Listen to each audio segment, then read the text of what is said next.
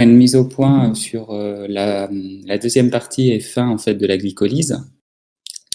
La fois dernière, en fait, on avait vu les 10 étapes en fait de la glycolyse, et du coup à la diapositive 26, je vous ai mis en fait ce qu'il faut véritablement savoir. Autrement dit, on part bien du glucose, qui est le substrat initial. On va phosphoryler ce glucose, en fait, on va l'activer et ça nous donne du glucose 6-phosphate. Donc là, on a une première étape qui nous consomme de l'ATP. Elle est catalysée par l'exokinase et c'est une réaction avec un delta Rg0' très négatif. Donc c'est une réaction qui est irréversible et qui sera un des moteurs. La deuxième réaction qui est importante, c'est la troisième. Elle fait passer du fructose 6-phosphate au fructose 1,6-biphosphate grâce à l'hydrolyse encore de l'ATP. On a encore de nouveau une transphosphorylation et on active en fin de compte le fructose 6-phosphate et cette réaction est catalysée par la PFK1. C'est aussi une réaction qui est irréversible et qui sera un moteur, d'ailleurs le moteur principal de la voie. Ensuite, vous avez une autre réaction qui est importante, c'est la sixième réaction, où on passe donc alors à la fin de ces 5 premières réactions, ce qu'on voit si on fait le bilan, on a 2 ATP qui ont été consommés. La deuxième partie de la glycolyse, donc de la 6e jusqu'à la 10e réaction, il s'agit du retour sur investissement. Et une des réactions hyper importantes, c'est la 6e, où on va faire une oxydoréduction, qui est d'ailleurs aussi une phosphorylation, puisque le glycéraldéhyde 3-phosphate est transformé en 1,3-biphosphoglycérate, et on a la réduction de NAD+ en NADH+. On fait ça 2 fois, puisque à partir d'un glucose, on obtient 2 glycéraldéhyde 3-phosphate, 2 molécules de glycéraldéhyde 3-phosphate. Donc du coup, on va faire cette 6e réaction 2 fois et on va obtenir 2 NADH+, et on va consommer 2 PI pour obtenir 2 molécules de 1,3-biphosphoglycérate. La 3e réaction et la 7e réaction est une réaction justement, en fait ici on a créé une liaison à haut potentiel d'hydrolyse, et cette réaction, cette liaison à haut potentiel d'hydrolyse est utilisée pour la 7e étape, où on va justement faire une transphosphorylation, et on va régénérer un ATP. Alors un ATP par molécule de 1,3-biphosphoglycérate engagé, et comme on en avait 2, donc ça veut dire qu'on va régénérer 2 molécules d'ATP. Et la dernière réaction qu'il faut connaître, c'est la dernière réaction. En fait, l'avant-dernière réaction est une déshydratation, et elle a créé un composé, le 2-phosphoénolpyruvate, qui contient une liaison à très haut potentiel d'hydrolyse, et cette liaison à très haut potentiel d'hydrolyse est utilisée lors de la dernière étape, en fait, qui est catalysée par la pyruvate kinase, et on va faire une transphosphorylation. Donc, le groupement phosphate du phosphoénolpyruvate va être transféré sur l'ADP et on obtient du coup de l'ATP. Pareil, on avait en fait, à partir d'un glucose, on va obtenir 2 phosphoénolpyruvate, et donc on va pouvoir régénérer 2 molécules d'ATP. Et le tout, on termine du coup par le produit final de la voie qui est le pyruvate, donc on aura 2 pyruvates. La dernière réaction est une réaction aussi irréversible, ce sera aussi un moteur de cette glycolyse et elle est catalysée par la pyruvate kinase. Donc déjà, si je fais un bilan, je me rends compte que lors de la première moitié en fait de la glycolyse, j'ai consommé 2 ATP, mais lors de la deuxième partie de la glycolyse, j'en ai régénéré 4, excusez-moi. Donc ça fait un bilan net de 2. Et on a aussi, il ne faut pas oublier qu'on a aussi fabriqué 2 NADH+, donc du pouvoir réducteur. Alors justement, petit 3, ce pouvoir réducteur, il va être utilisé si on a du dioxygène. En fait, pour que la glycolyse puisse continuer, il faut qu'on oxyde en fait le NADH+ en NAD+. On sait très bien que tous ces coenzymes, ils sont en stock fini et ce n'est que de la régénération. Par exemple, l'ADP passe en ATP, puis l'ATP passe en ADP et ainsi de suite. Et là, c'est pareil. Si je veux continuer la glycolyse, il faut fournir du NAD+. Et donc, du coup, il faut oxyder le NADH+ que je viens de former pour le réutiliser. Alors, la première solution pour oxyder en fait ou réoxyder ce NADH+, et ben, si on est en aérobie, on va, diapositive 19, utiliser du coup la chaîne respiratoire. Donc, ça veut dire que on va du coup utiliser, enfin, cette réoxydation va avoir lieu au niveau du complexe 1. Il y aura du coup tout un transfert d'électrons jusqu'à l'O2, hein, qui du coup est l'accepteur final et qui donnera du H2O. Ça ne peut être utilisé que si on a bien évidemment cet accepteur final, hein, autrement dit de l'O2, hein, si on est en aérobie. Alors pour cela, il faut qu'on transfère, diapositive numéro 20, il faut qu'on transfère en fin de compte le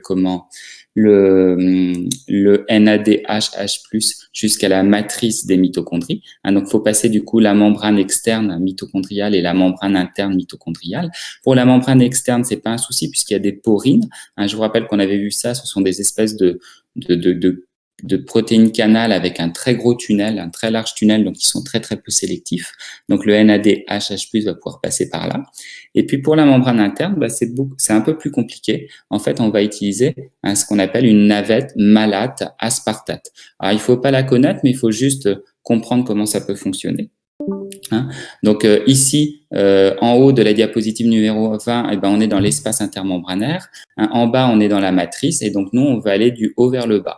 Donc, on a ici, on a dans le haut le NADH+ qui va être oxydé en NAD+, ce qui va réduire du coup l'oxaloacétate en malate. Ce malate va pouvoir passer par une perméase. Donc, on sait que le mot perméase, c'est associé à du transport passif facilité. Hein. Mais c'est une perméase un peu particulière. Nous, on avait vu la glute, par exemple, qui était une perméase unipore, alors que là, elle est antiporteur. Hein. En fait, c'est une perméase qui fonctionne avec un mouvement dans des sens contraires de deux molécules. Donc là, le malate passe et du coup, le malate se retrouve dans la matrice et il va être réoxydé en oxaloacétate, ce qui va être couplé à une réduction du coup du NAD+ en NADH+.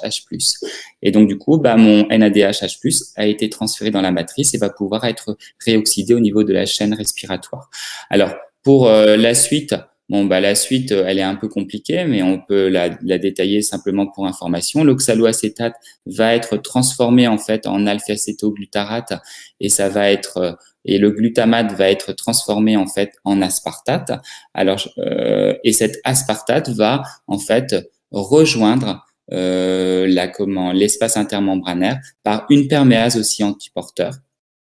Et cet aspartate va donner du glutamate et en transformant du coup l'alpha-acétoglutarate en oxaloacétate. En fait, on voit que la réaction là entre aspartate et alpha-acétoglutarate est finalement la réaction inverse de la réaction qu'on voit dans la matrice avec le glutamate et l'oxaloacétate.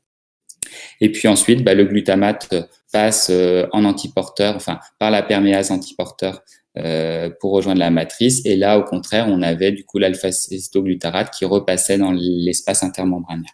Donc cette navette malate aspartate, en fait, faut simplement la comprendre, mais pas véritablement la retenir.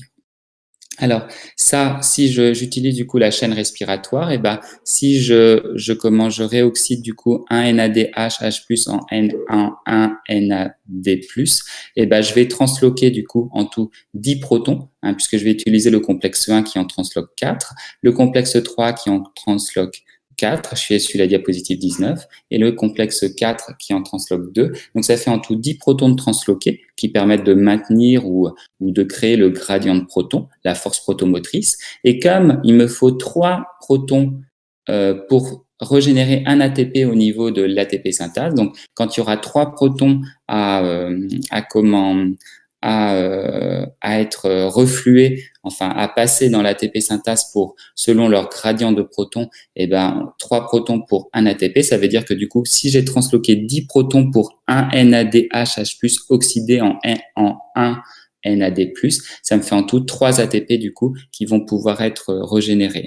Donc 3 ATP régénérés par NADH+ oxydé. Donc ma glycolyse, elle en avait du coup fabriqué combien? Eh ben 2. Donc ça veut dire que le bilan en aérobie, c'est-à-dire en présence d'O2 de la glycolyse, bah le bilan final, ce sera finalement 6 ATP régénérés grâce notamment, excusez-moi, 6 ATP régénérés grâce à la chaîne respiratoire, plus les 2 ATP régénérés par transphosphorylation au niveau de la glycolyse elle-même. Donc, ça fera en tout 8 ATP du coup régénérés en anaérobie pour un glucose engagé dans la glycolyse. Et on aura obtenu du coup 2 pyruvates. Est-ce qu'il y a des questions sur cette partie-là? Pas de questions? Alors du coup, ça c'est bien gentil, mais c'est si on a de l'O2. Si on n'a pas d'O2, en fait, il va falloir faire autrement. Et les cellules, certaines cellules en tout cas, vont être capables de faire ce qu'on appelle des fermentations. Alors c'est l'exemple des myocytes, des cellules musculaires, chez les diapositives 21.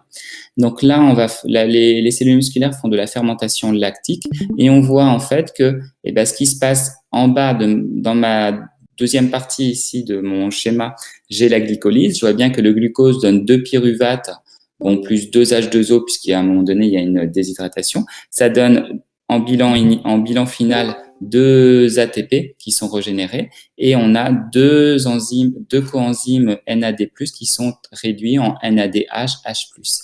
Et ce qu'on va faire, c'est qu'on va utiliser le pyruvate comme accepteur final d'électrons. Donc, ça veut dire que mes 2 NADH, H+, vont être réoxydés en 2 NAD+, et du coup, mes 2 pyruvates vont être transformés en lactate, qui est du coup un déchet organique. Alors, comme c'est un déchet organique, ça veut dire que quand on fait une fermentation, on n'obtient pas à la fin que des molécules minérales, comme par exemple que du H2O ou du CO2, comme ce sera dans le cas pour la respiration. Là, on a encore des molécules organiques, et du coup, on dit que l'oxydation ou la dégradation, elle est incomplète. Si les cellules, elles ont le choix entre faire si elles disposent du dioxygène et qu'elles ont le choix entre faire de la respiration ou de la fermentation, elles feront de la respiration parce que le bilan énergétique est beaucoup plus intéressant. Ici, si je prends ma fermentation lactique, finalement, pour un glucose engagé, je vais avoir simplement 2 ATP de produit. Alors que par la fermentation, par la respiration, grâce à la chaîne respiratoire, tout à l'heure, j'en avais 8. Donc, du coup, en présence d'O2, ce seront la réoxydation des coenzymes NADH+, par la chaîne respiratoire qui seront privilégiés puisque le bilan est bien plus intéressant. Est-ce qu'il y a des questions sur cette fermentation?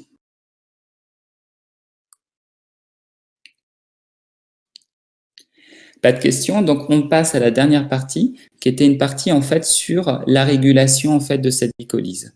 Alors, je vais prendre tout de suite la diapositive 23, qui énumère tout ça.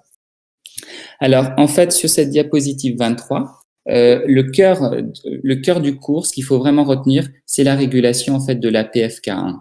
Je vous rappelle, si je reprends la diapositive 16, que quand on regarde le profil énergétique de la glycolyse, on voit bien qu'on a 3 réactions où on a un delta Rg' qui est très très négatif. Donc, ce sont des réactions qui sont irréversibles. Celle qui est la première réaction, la troisième réaction et la 10e réaction.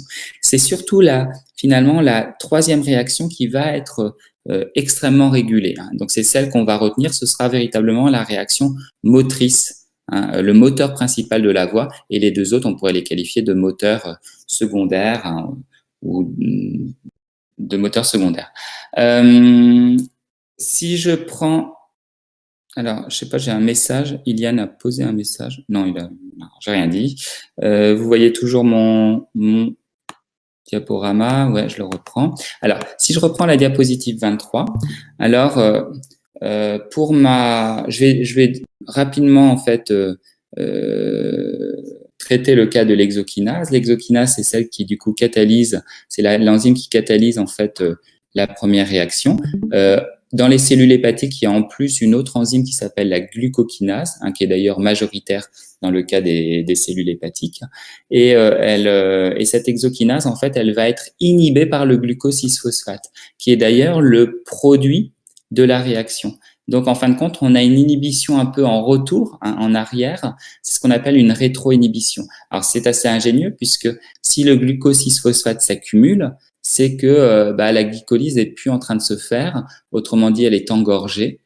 Autrement dit, l'état énergétique de la cellule est plutôt satisfaisant. Autrement dit, il y a assez d'ATP. À ce moment-là, on freine l'exokinase et du coup, on freine la glycolyse. Si je prends maintenant la PFK1, alors la PFK1, en fait, je vous ai mis dans le cours que c'était une enzyme qui était tétramérique. Donc, c'est une enzyme allostérique, c'est une enzyme oligomérique. Alors, elle a 4 protomères, mais elle est à l'image un peu de la glycogène phosphorylase qui n'en a que 2. Son fonctionnement va être identique avec une coopérativité en fait des protomères et donc une cinétique en sigmoïde. Donc son fonctionnement est assez similaire. Donc on va avoir 4 protomères qui disposent chacun d'un site actif. Et puis, ils disposent aussi chacun d'un site de contrôle où se fixent des effecteurs allostériques. Alors, quels sont ces effecteurs qui peuvent se fixer? Regardez, ceux qui vont activer, vous voyez bien qu'il y a l'ADP, l'AMP, le PI. Tout ça, ce sont finalement des produits d'hydrolyse en fait de l'ATP. Donc, si la cellule en fait hydrolyse beaucoup d'ATP, elle aura du coup la concentration en ADP, en AMP et en PI seront élevées. Et du coup, on va venir, ces molécules vont venir se fixer prioritairement, ce seront ces molécules-là qui en priorité se fixeront sur la PFK1, sur cette enzyme, la phosphofructokinase 1, et ils l'activeront, ce qui permettra du coup de stimuler la glycolyse et au final de produire plus d'ATP puisqu'on en manquait, puisqu'on avait beaucoup de produits d'hydrolyse. Alors le fructose 2,6-biphosphate, d'ailleurs, biphosphate, j'ai fait une erreur, il faut que je corrige. Je vais noter ça. Lui aussi, il va faire une activation. Le processus est un peu compliqué, donc du coup, je ne vais pas rentrer dans les détails, mais ça fait intervenir une autre enzyme qui s'appelle la PFK2, mais ça peut faire l'objet, par exemple, d'exercices. Donc, je vous l'ai mis pour information, mais retenez surtout ADP, AMP et PI. Alors, la PFK1, comment elle est inhibée? Elle est inhibée par quoi? Elle est inhibée par l'ATP, par le phosphoénolpyruvate, par le citrate et par le NADH+. Alors, si on regarde, déjà, si la glycolyse en fait se fait en sur-régime entre guillemets, se fait beaucoup trop que ce qu'il faut, et du coup, on va accumuler de l'ATP dans la cellule. On va accumuler aussi du NADH+. On va accumuler aussi du phosphoénolpyruvate. Et toutes ces molécules, en fait, vous voyez bien qu'elles sont ce sont des molécules qu'on rencontre à la fin de la glycolyse. Le phosphoénolpyruvate, on le rencontre en fait à la fin de la 9e réaction. Le NADH+, il est formé en fait au niveau de la 6e réaction, et le NAD et l'ATP est formé au niveau de la 7e et de la 10e réaction. Donc si la glycolyse se fait à sur-régime, ils vont s'accumuler et ces produits, ils vont, comme ils seront très très présents, ils se fixeront en priorité sur la PFK1 au niveau du site de contrôle et l'inhiberont.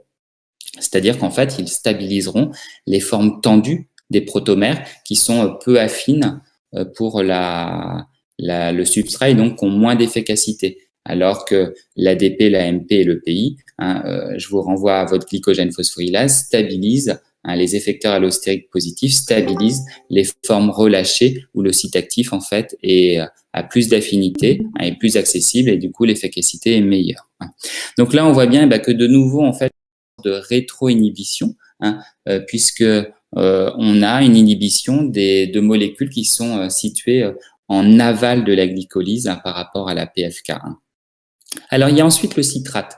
Alors, ce citrate, en fait, c'est exactement la même chose, sauf que lui, il est beaucoup plus loin dans l'histoire. En fait, si je reprends ma mitochondrie, le schéma de la mitochondrie, ce citrate, c'est la diapositive numéro 3, il est localisé dans le cycle de Krebs. Et on voit bien que la glycolyse, ensuite, il y aura une décarboxylation oxydative, et puis ensuite, on s'engagera dans le cycle de Krebs. Donc, c'est pareil, si le citrate s'accumule, c'est que toutes nos voies de catabolisme oxydatif sont engorgées, et que du coup, on va avoir de nouveau aussi une rétro-inhibition sur la PFK1, ce qui va freiner du coup la glycolyse.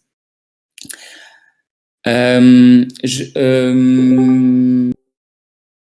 ce qu'il faut vraiment retenir sur la PFK1, c'est véritablement que finalement, les effecteurs allostériques négatifs, ce sont des molécules qui sont plutôt situées en aval de l'étape 3. Donc, ça veut dire que s'ils s'accumulent, c'est que notre glycolyse et aussi les voies qui suivent comme le cycle de Krebs s'engorge, que la cellule a suffisamment d'ATP et donc on va inhiber du coup la PFK1, ce qui va du coup ralentir, freiner la glycolyse et toutes les voies qui sont ensuite en arrière. Au contraire, les molécules qui sont des effecteurs allostériques positifs sont notamment des produits d'hydrolyse de l'ATP. Donc, s'ils sont très présents, ça veut dire que la cellule est dans un bas niveau énergétique. Autrement dit, elle manque d'ATP et on va stimuler du coup la glycolyse et ainsi stimuler aussi les autres voies qui sont en aval et produire plus d'ATP. Alors, est-ce qu'il y a des questions sur cette PFK1, la régulation de la PFK1? Alors, j'en ai pas discuté, mais je vous ai mis en diapositive 24 justement la structure de cette PFK1. On voit les 4 protomères qui ont 4 couleurs différentes, jaune, vert, bleu et rose, enfin orange. Chacun a un site catalytique, alors qui fait partie du coup du site actif, et on a des sites régulateurs, d'ailleurs, qui sont au centre. Donc ça veut dire qu'il faut avoir la structure quaternaire pour avoir la possibilité de cette régulation. C'est un peu à l'image du 2,3 BPG pour l'hémoglobine. C'est un site régulateur qui nécessite cette structure quaternaire. Le graphique qui est là en diapositive 25, il est assez intéressant. En fait, si vous regardez en fait ce graphique, par exemple, quand on a la courbe va nous servir de témoin, l'ATP est à faible concentration, si je mets une forte concentration d'ATP, c'est la courbe rouge, je vois que pour une même concentration de fructose 6-phosphate, c'est-à-dire le substrat de la PFK1, je vois que j'ai une vitesse qui est une vitesse initiale qui est beaucoup plus faible finalement que le vert. Donc on voit bien que l'ATP est effectivement un inhibiteur, donc c'est bien un effecteur allostérique négatif. Maintenant, si je compare la courbe rouge qui me sert maintenant de témoin avec la courbe noire qui me sert du coup de test, j'ai gardé la même concentration d'ATP. Donc, autrement dit, j'ai la même inhibition, mais j'ai rajouté un peu d'AMP. Et là, en rajoutant un tout petit peu d'AMP, je me rends compte que si je me replace encore de nouveau à 0,5 millimoles par litre de fructose 6-phosphate, j'ai une vitesse initiale qui est beaucoup plus élevée que celle que j'avais au niveau de la courbe rouge. Donc, ça veut dire, ça met bien en évidence que l'AMP est bien un effecteur allostérique positif qui l'active, qui stimule du coup la PFK1 et donc la glycolyse. Je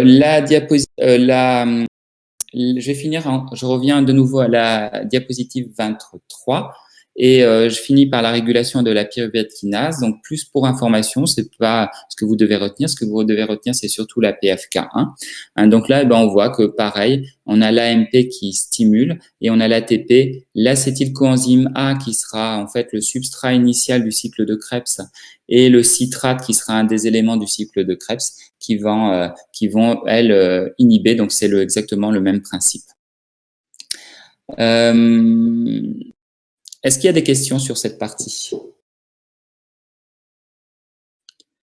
Non. Alors, c'est vrai que c'était un cours qui n'était pas très difficile. Donc là, on voit, je prends la diapositive 26, que j'ai gardé uniquement les régulations au niveau de la PFK1 et à retenir. Et vraiment, il faut bien retenir l'idée, le concept que on voit bien que là, on a une régulation qui est très fine par les effecteurs allostériques et qui témoigne en fait de la charge énergétique, du niveau énergétique, de l'état énergétique de la cellule. Si la cellule est dans un bas niveau d'énergie, autrement dit, il n'y a pas assez d'ATP, on va stimuler du coup la glycolyse et du coup la production d'ATP. Si au contraire le niveau d'énergie est satisfaisant, autrement dit, il y a assez d'ATP, on inhibe du coup la glycolyse. Alors, je vous ai mis aussi en remarque que ça, c'est un contrôle qui est interne, mais il existe aussi un contrôle externe de la cellule via les hormones. En fait, l'insuline qui est sécrétée en hyperglycémie, active l'exokinase, la PFK1 et la pyruvate kinase. Ainsi, ça stimule la glycolyse et ça favorise du coup, comme on consomme le glucose de la cellule, ça maintient le gradient de concentration et ça favorise l'entrée du glucose qui était dans le sang, dans les cellules, et donc la diminution de la glycémie. Pour le glucagon, c'est exactement le rôle inverse. Et puis, il ne faut pas oublier que je peux faire aussi de la régulation à long terme en jouant sur l'expression en fait des gènes qui codent ces enzymes. Est-ce qu'il y a des questions? Alors, s'il n'y a pas de questions, je vais du coup pouvoir fermer ça et je vais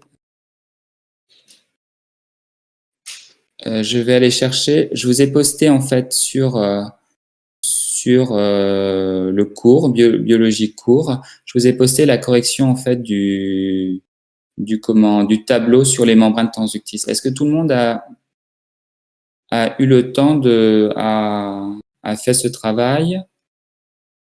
Hop, je vais partager du coup l'écran. Alors, je l'ai pas.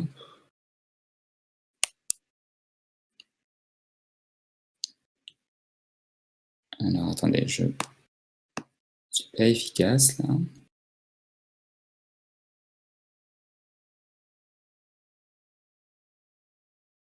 Hop, je vais télécharger. Ah, je vais me déconnecter, je vais me reconnecter.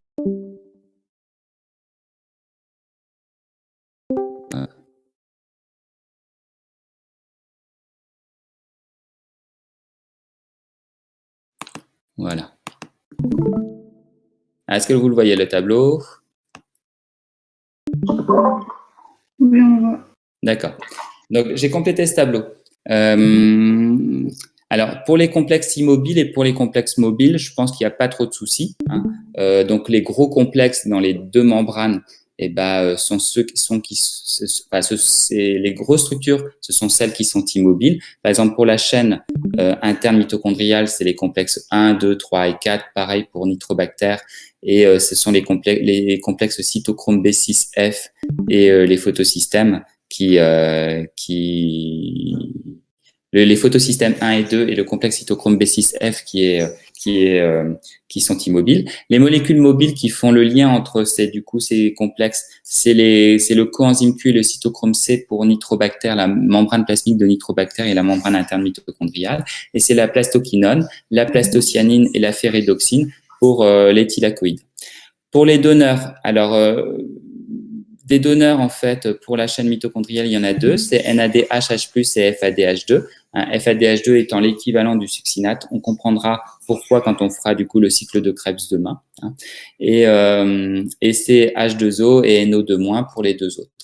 Pour l'accepteur final, c'est O2 pour la membrane plasmique de Nitrobacter et pour la membrane interne mitochondriale, et c'est NAD+ pour les thylakoïdes. Je vais vous laisser du coup, ce que je vais faire au lieu de le lire, je vais vous laisser le regarder. Et si vous avez des choses que vous ne comprenez pas, vous allez pouvoir me poser des questions. Vous me posez des questions du coup, et pour y répondre, d'ailleurs, je vous ai mis à la suite les différents schémas qu'il faut connaître. Donc les 3 schémas patates qui sont de ce style-là et les diagrammes énergétiques qui sont ici. Donc ce tableau-là, il résume et il doit vous permettre de comprendre. À la fin, vous faites attention, regardez ici, j'ai mis chaîne de transport d'électrons. Sur le côté après, j'ai mis ATP synthase. Et là, par contre, je suis revenu à une vision plus globale au niveau de la membrane qui est transductrice. D'ailleurs, au passage, là, j'ai mis qu'elle réalisait une conversion totale chimio-chimique. Alors, ça peut vous gêner parce que vous pouvez me dire, c'est un couplage chimio-chimique puisqu'on ne change pas de forme d'énergie. Mais en réalité, l'énergie, entre-temps, elle est passée sous différentes formes et notamment une forme osmotique via le gradient de protons. Donc, je vous laisse réfléchir à ça et à me poser des questions. Autre chose, je vous invite fortement à regarder dans la partie DS. J'ai corrigé 3 premières colles qui étaient d'ailleurs plutôt bien faites sérieusement. J'ai corrigé les 3 premières colles sur le milieu de vie et reproduction. Je vous invite à vraiment à lire tous les commentaires que j'ai à la fois mis sur les tableaux de colle, mais aussi que j'ai mis en dessous que j'ai posté en termes de commentaires associés en dessous à la photo du tableau de colle. C'est pour éviter notamment des erreurs. Alors, je vois bien que certains vous prenez, c'est bien, vous le lisez, et du coup, je vois bien que les nouveaux tableaux de colle que j'ai reçus, ils commencent à se modifier, à devenir à s'améliorer. Donc ça, c'est pas mal, mais lisez bien ça. Et je vous ai mis aussi un tableau qui résume toutes les idées quand j'ai comme ça un sujet avec une fonction et le milieu, notamment ici reproduction et milieu de vie. Ça veut dire qu'il faut tout axer, il faut quasiment tout axer sur les adaptations de la reproduction sur le milieu de vie. Est-ce qu'il y a des questions?